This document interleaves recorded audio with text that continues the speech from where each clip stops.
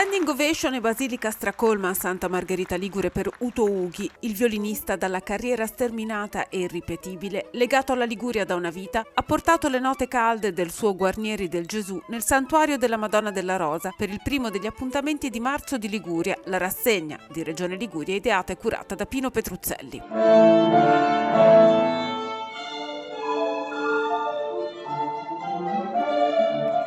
Era solo un adolescente Uto Ughi, ma già si esibiva con la maturità del concertista quando, giovanissimo, suonò proprio a Genova con la giovine orchestra genovese. A Santa Margherita Ligure, accompagnato da Leonardo Bartelloni al pianoforte, ha interpretato alcuni brani di Pugnani Chrysler, Bach, Dvorak e De Falla in un dialogo poetico e immaginario tra la voce del suo violino e le parole di Pino Petruzzelli, appunto tratte dallo spettacolo Storie di uomini e divini.